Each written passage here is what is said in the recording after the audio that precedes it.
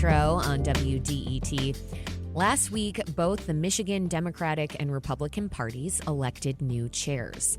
Thus far, we've spoken to Michigan Democratic Party Chair Curtis Hertel about the direction he hopes to take the party. And then late last week, WDET's All Things Considered host, Russ McNamara, spoke with the other newly named party leader. That's Michigan GOP Chair Jim Runstead. Here's what that conversation with the state senator began. So you're taking over for Pete Hoekstra, who had a short but successful run as chair of the Michigan GOP, with Donald Trump winning the state, Republicans gaining a congressional seat, as well as taking back control of the state house. So what is the state of the Michigan Republican Party? It's getting more unified in the last, I'd say 4 years. Has been a lot of upheaval in the party and a lot of I would say just cross currents of factionalism, and that is something that we worked very hard on in this election for the chairman race, and where I was really speaking to that we need to come together.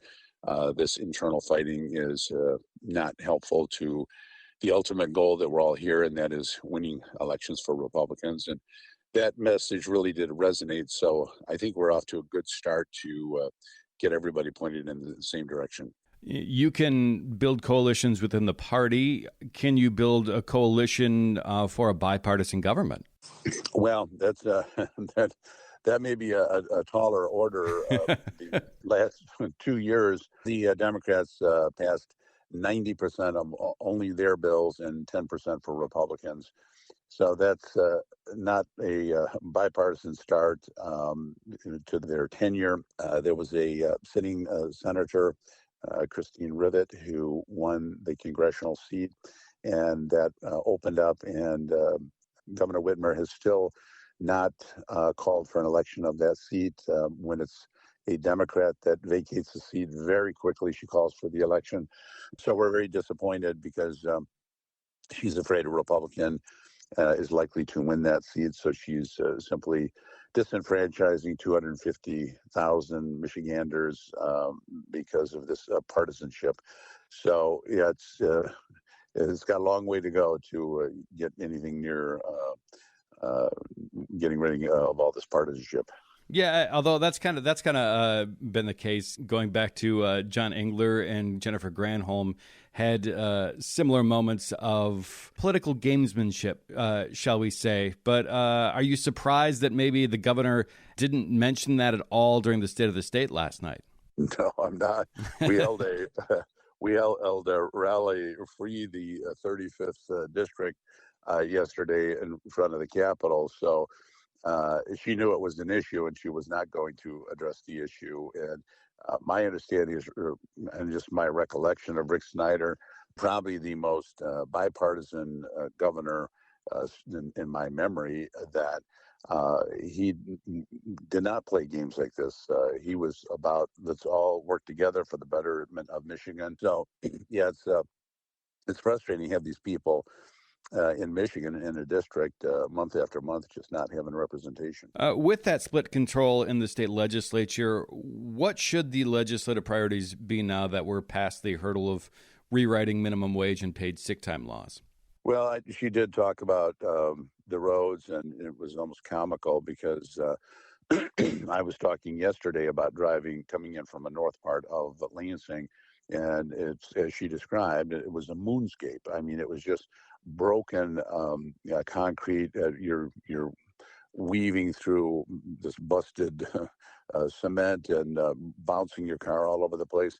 But her solution is, all forms of new taxes. Well, that's a non-starter. We have $900-something million in budget surplus.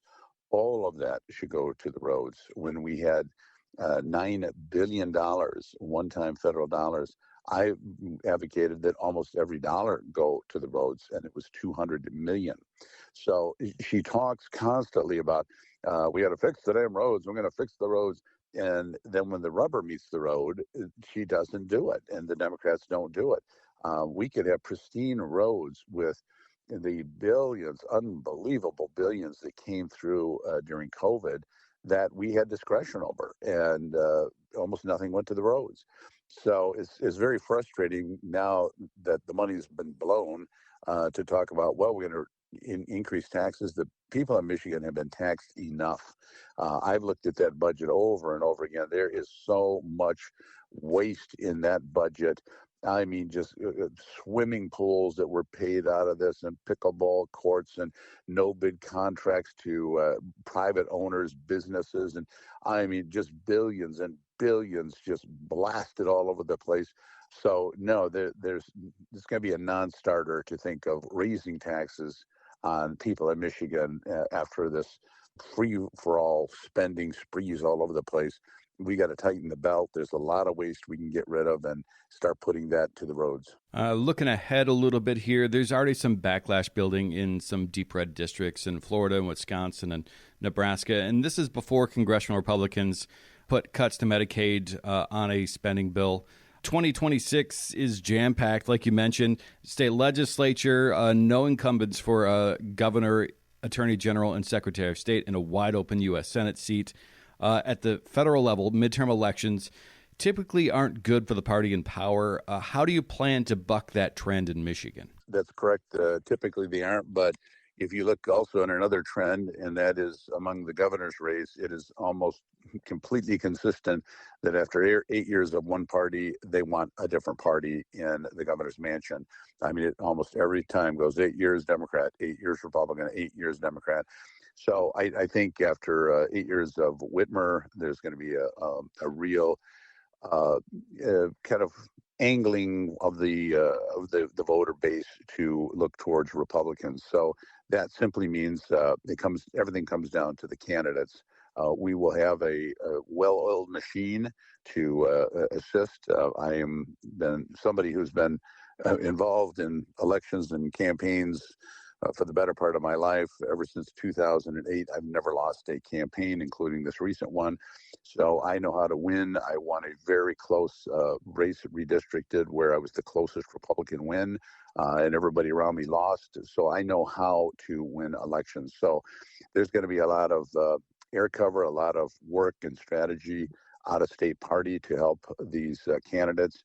As you mentioned, that U.S. Senate race is going to be one of, or the number one in the nation. That I've already heard from a lot of sources out of D.C. that this is the state of Michigan itself is going to be up in the top one or two target states in the nation. So there's going to be a lot of resources here. It just makes sure we have good candidates, and there's already a lot of good candidates that are surfacing that are going to be running for these different positions. So it's going to be an exciting year. There's going to be a lot of interest in the primaries, and the candidates are going to be running in the primaries. And then we are going to just build the infrastructure of state parties so that when they do win, they have a lot of help for the general election. One final question. Michigan, because of where it's located directly across the border from Canada, trade between the two countries is uniquely important. Is there concern over the proposed tariffs by the Trump administration that would in turn spike tariffs going into Canada as well, and the effect that might have on the state economy? Well, if you look at these things, there's a number of moving parts. Number one, it's very hard to quantify what is the economic impact of a tariff. They say, well, there's this direct correlation. No, it takes time to see what the results are. The results are oftentimes not directly correlated to one specific thing that occur in things that happen in the economy. But the size of the U.S. economy taking in exports from Canada is vastly one-sided. So we have a lot more influence on this. And what we're asking Trudeau is simply stop bringing over fentanyl, stop bringing over criminal cartels, stop bringing over people that should not be here to obey our laws. Why would you not do that? Well, we want to do it because we think it's good for you, whatever their mentality is. We're asking them to do what every nation in the world would expect the bordering nation to do. And they're so arrogant that they say, well, we're going to flood your country, ha, ha, nan, and poo, poo.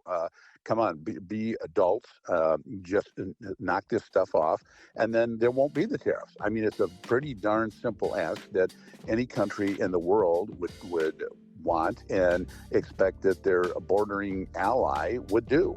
So I think it's going to get resolved, and it'll get resolved on the side of the United States. That was WDET's Russ McNamara speaking with the new Michigan Republican Party chair, State Senator Jim Runstead.